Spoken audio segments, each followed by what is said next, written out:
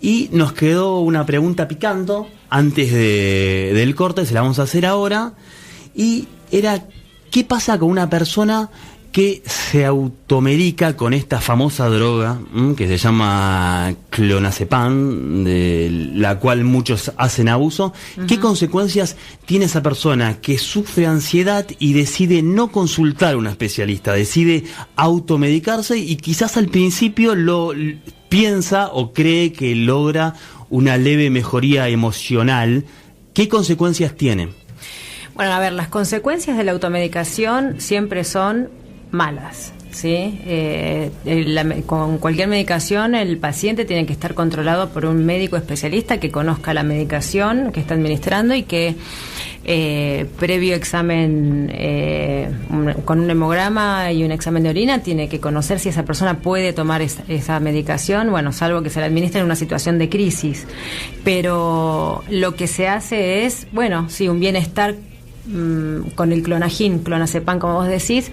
Hay un bienestar en muchas ocasiones provisorio, inicial, pero bueno, después aparecen los síntomas parasimpáticos, porque hay un tiempo en el que la medicación, estos psicofármacos se pueden consumir, en qué cantidades, según el metabolismo, la cantidad de grasa que tenga ese cuerpo para asimilar las drogas, los químicos que tenga la medicación. Los síntomas parasimpáticos pueden aparecer con el tiempo, no es recomendable. Hay consecuencias por ahí con el clonazepam, que es en parte y en algunos pacientes, hablo de estadísticas, ¿sí? De muerte neuronal, tampoco es es una medicación que en muchos casos funciona muy bien, no quiero derribarla, claro, ¿sí? Pero bien con un especialista. Exactamente, bien. Con una buena administración puede ser muy eficaz para salvaguardar a la persona de situaciones de crisis, como por ejemplo ataques de pánico absolutamente ya declarados, armados, bien estructurados, o con crisis de angustia severas. O trastornos de ansiedad generalizada, bueno, clarísimo, le damos como, es para hablar muchísimo el tema, pero le damos como un cierre a esto de ansiedad.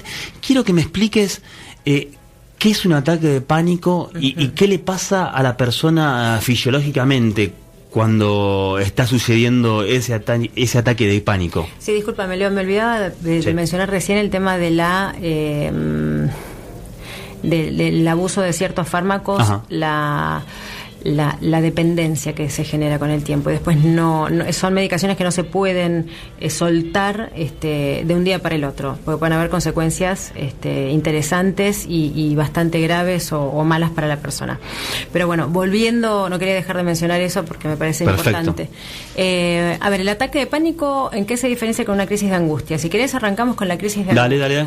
En la crisis de angustia hay sudoración, hay llanto, ¿sí? Llanto descontrolado en muchas ocasiones, sudoración fría. La sensación es de la persona puede pensar que está sufriendo un bajón de presión, ¿sí? Que está por desmayarse, que quizá no comió bien o no durmió bien. En definitiva,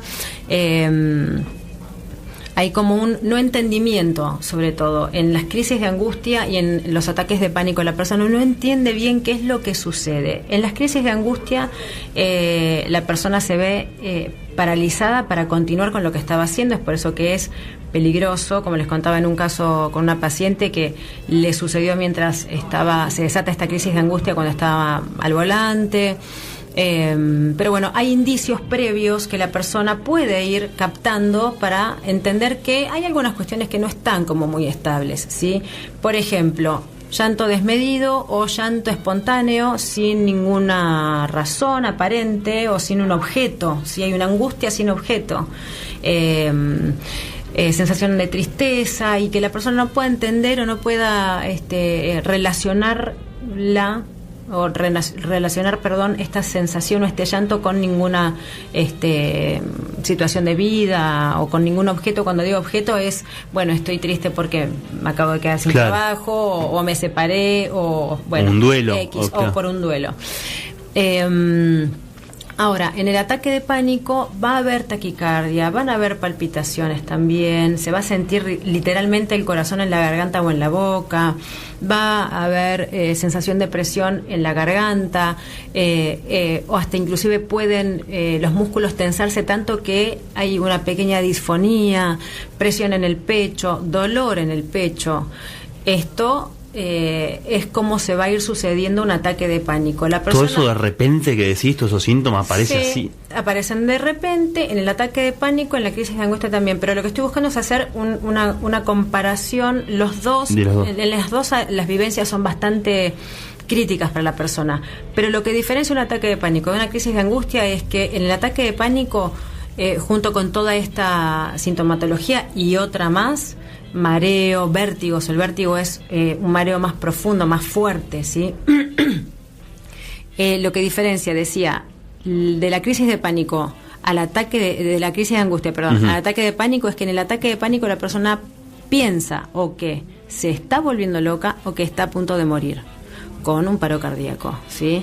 Entonces, esto es lo que diferencia de la crisis de angustia. En la crisis de angustia se entiende que hay como una desestabilización hemodinámica, ¿no? Bueno, me está bajando la presión, me estoy desmayando, me estoy por desmayar, temblor, muchísimo temblor, puede temblar el cuerpo arriba, por ahí en un servicio, en una guardia se puede ver a una persona como tiembla arriba de una camilla, despegándose de la camilla. Mirá. Vómitos o descomposturas intestinales. En el ataque de pánico, lo que sirve este detalle para el diagnóstico diferencial. Es la sensación de que la persona tiene casi la certeza de que está por morir. Natalia, ¿y cuál es el tratamiento? Es la misma pregunta que te hice para ansiedad, para salir de esto. ¿Cómo se sale del ataque de pánico y en cuánto tiempo se sale? Bueno, para los dos, o para lo que es la ansiedad en sí, que hoy está tan modificada también, ¿no? Por los cambios tecnológicos y los avances, los cambios sociales y demás. La psicoterapia cognitiva es el tratamiento por excelencia en cuanto a eficacia, como decía, y eficiencia. Eficiencia en cuanto a que se estila, ¿no? Ningún terapeuta ni ningún psiquiatra puede decir, bueno, en tantas sesiones la persona va a estar curada porque va a estar mintiendo, ¿sí? Pero en este tipo de tratamientos en los que se sigue un protocolo, obviamente el terapeuta tiene que estar especializado en un número de entre 25 y 30 sesiones, es por eso que se le llaman terapias breves. Hay una mejora, puede existir una cura, pero puede haber una mejora marcada con respecto a la mayoría de la sintomatología. La persona puede salir al mundo. En el caso de una agorafobia, en las agorafobias el sujeto tiene temor, pánico a salir al exterior, ¿no? ¿Eso qué es? Explícame el término ese. La agorafobia es temor a los espacios abiertos, ¿sí? Entonces la persona, de no poder salir a la vereda, ya no sale de la cocina, dependiendo, ¿no?, de cómo es su casa. De la cocina ya después no puede pasar al comedor, y después no puede moverse desde el baño al dormitorio, del dormitorio al baño. Esto es cuando una agorafobia va empeorando, va haciéndose más severa. Y si pasan estos límites, es decir, si salen al exterior, aparece toda esta sintomatología que genera pánico, genera terror en el sujeto. Entonces lo que buscan hacer es evitar que estamos ante una situación en la que la ansiedad ya no es adaptativa, ya no sirve para la supervivencia, está bloqueando al sujeto para ir a comprar pan enfrente de su casa a la panadería, o ir al kiosco a comprarse un paquete de chicles. Por supuesto que se ven afectadas todas las otras áreas, familiares, sociales, laboral, pareja. ¿Tenemos alguna causa científicamente comprobada que desencadene el ataque de pánico? La ansiedad es una de las emociones con las que venimos al mundo. Venimos con un bagaje bastante precario los seres humanos al mundo, ¿sí? Entre ellos tenemos dos instintos, el sexual, el instinto agresivo, y después emociones que nos permiten, o que permiten al sujeto, ¿sí?, la supervivencia. al bebé también, en la medida que va creciendo el ser humano, va aprendiendo cómo manejarse dependiendo de la sociedad con estas emociones y con este bagaje con el que venimos al mundo. Pero en realidad los estudios indican que todas estas patologías se adquieren una vez nacido el sujeto, es decir, en la educación, con quienes lo educan, cómo es educado. Si a un niño le infundimos miedo con los perros, con que afuera hay gente mala, con que no hay que confiar en nadie, a ver, estoy yendo a ejemplos básicos, ¿sí? Con que es peligroso si hay truenos, es peligroso si llueve, porque te puedes enfermar. Sí. Y bueno, vamos a tener un sujeto que va a ser, obviamente, o muy probablemente, más temeroso que otro, al que por ahí se le enseña, sí, bueno, un perro de la calle no lo toques, pero los perros no son peligrosos, o las tormentas no son peligrosas, o en fin, a lo que voy es, son enfermedades que se adquieren luego de ser paridos. Natalia, recién hablabas de crisis de angustia y nombraste la palabra tristeza. ¿Es lo mismo? ¿Son dos emociones que corren separadas? Bájame eso un poquito para terminar de entenderlo. Mira, no es lo mismo, no son lo mismo, pero son parientes. Ajá, está muy buena la definición, claro. Sí. A ver, porque hay justamente patologías en las que no hay angustia, pero puede llegar a haber algo de tristeza con determinada cuestión. Por ejemplo, en las psicopatías, ¿sí? Dependiendo del tipo de psicopatía. Un psicópata no se va a angustiar con el daño que pueda hacer a otra persona, ¿sí? Pero puede ponerse triste si, no sé, a ver, no llegó a comprar el auto X, o no está cobrando el sueldo que pretende, o en fin. Trato como de ejemplificar y figurar la diferencia entre angustia y tristeza. En una depresión, en un episodio depresivo mayor, según el DSM-4, manual de psiquiatría, que tenemos que tener bajo de brazo prácticamente todo el día, la tristeza tiene que ser marcada. Es la famosa depresión, ¿sí? Donde puede haber angustia y un tenor importante de angustia. Pueden haber cuestiones que angustien, ¿sí? Pero la angustia va a generar determinadas consecuencias y la tristeza va a generar otra cantidad determinada de circunstancias o de consecuencias. Clarísimo. ¿Qué hay de cierto? Toma el mate, por favor. Sí, cómo no. Que está rico, Mariana, la verdad que... Muy rico. Hoy me esmeré bastante. Siempre.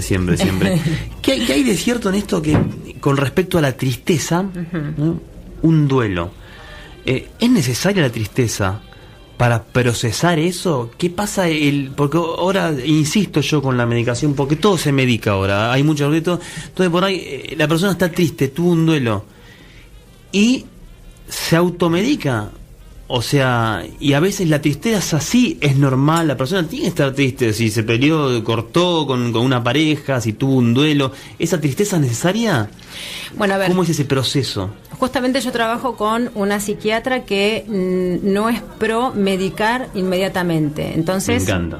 Ahí primero vemos qué herramientas podemos tomar, ¿no? Y ir como segunda o tercera o cuarta opción la medicación, o cuando es necesaria, realmente necesaria.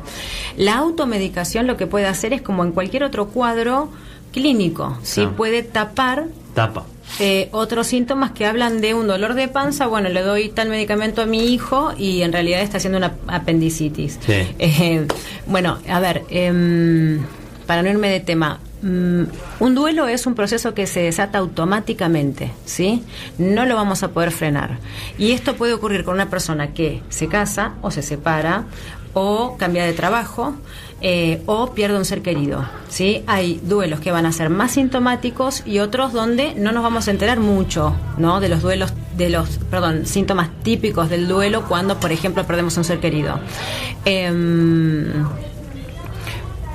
Pero la idea, siempre digo y lo vuelvo a repetir, es no a la automedicación.